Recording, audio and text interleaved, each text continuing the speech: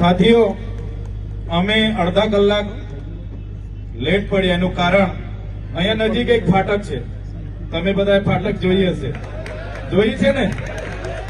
પેલું નાકું 3 વખત પડ્યું, ચોથી વખતે અમારો વારો આવ્યો છે.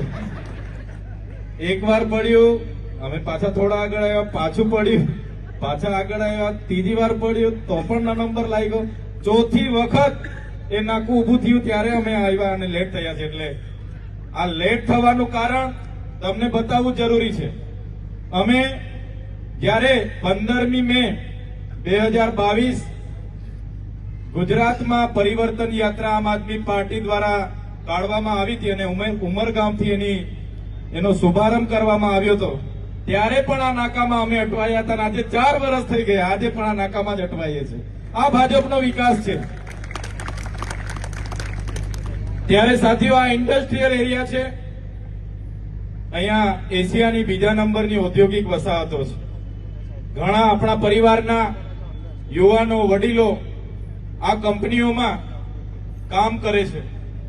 ત્યારે ગુજરાત સરકાર, ભારત સરકાર મોટા મોટા બણગાઓ ફૂંકે છે, પણ જે બંધારણમાં કામદારો માટેની જોગવાઈઓ છે, પણ જે બંધારણમાં કામદારો માટેની જે વ્યવસ્થાઓ છે, જે કાયદાઓ બનાવ્યા છે, એ કાયદાઓ આજ દિન સુધી એક વર્કરો માટે, કામદારો માટે આ સરકાર લાગુ કરાવી શકી નથી. સરકાર માત્ર ઉદ્યોગપતિઓનું સાંભળે છે.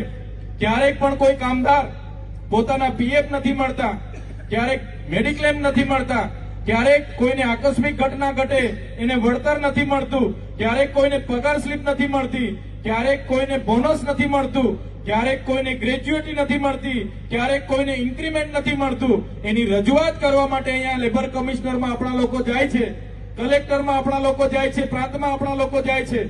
કોઈ જવાબ આ સરકારના અધિકારીઓ આપતા નથી.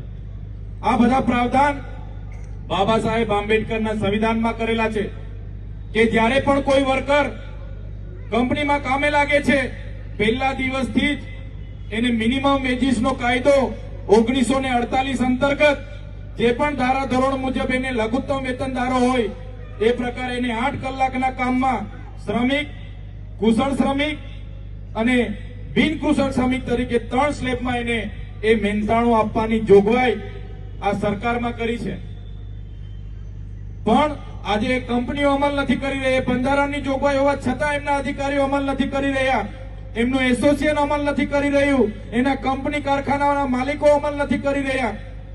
આજે કેટલી કંપનીમાં આપણા લોકો 10-10 વર્ષથી કામ કરે છે, 8-8, 10-10 વર્ષથી કામ કરે છે, હજુ પણ એમને પગાર સ્લીપો આપવામાં આવતી નથી. કેટલો પગાર છે એમને એ આપવામાં આવતું નથી.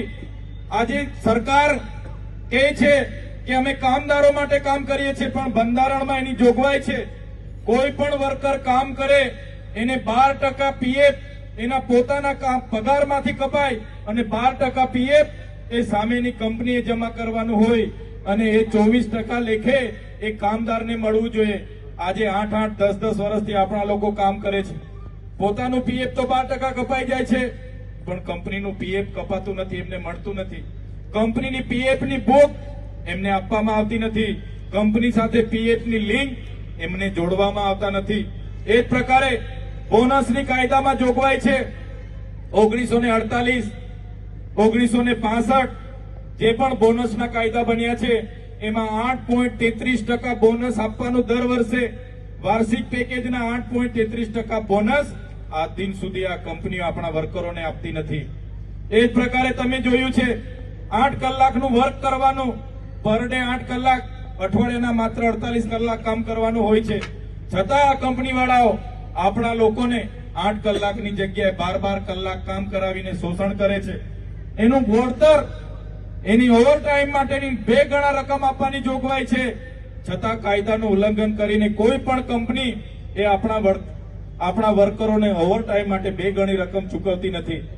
ત્યારે સાથીઓ, એ ઇન્ડસ્ટ્રીયલ ડિસ્પ્યુટ એક્ટ 1947 હોય, એ સેલરી નો એક્ટ 1948 હોય, એ ઇન્ડસ્ટ્રીયલ એક્ટ 1948 હોય કે બોનસનો એક્ટ 1965 હોય, એ પીએફ ફંડનો એક્ટ 1952 હોય, તમામે તમામ એક્ટનો અહીંયા ઉલ્લંઘન થાય છે.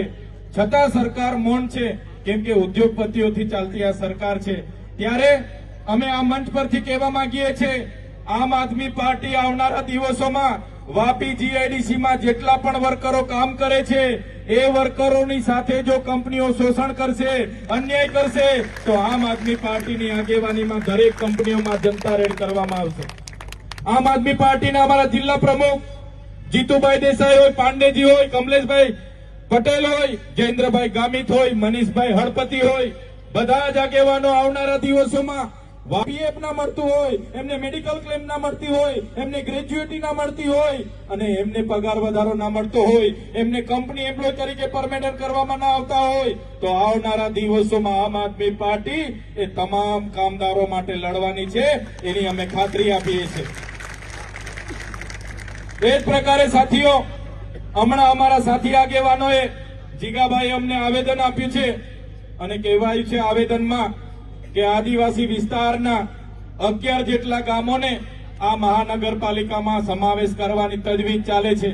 ખૂબ વિરોધ છે આ ગામોનો, છતાં સરકાર આ મહાનગરપાલિકામાં એમના કેટલાક બિલ્ડરોના કહેવાથી, કેટલાક ઉદ્યોગપતિઓના કહેવાથી એમાં સમાવેશ કરવા માટે જબરજસ્તી ત્યાં મોકલે છે.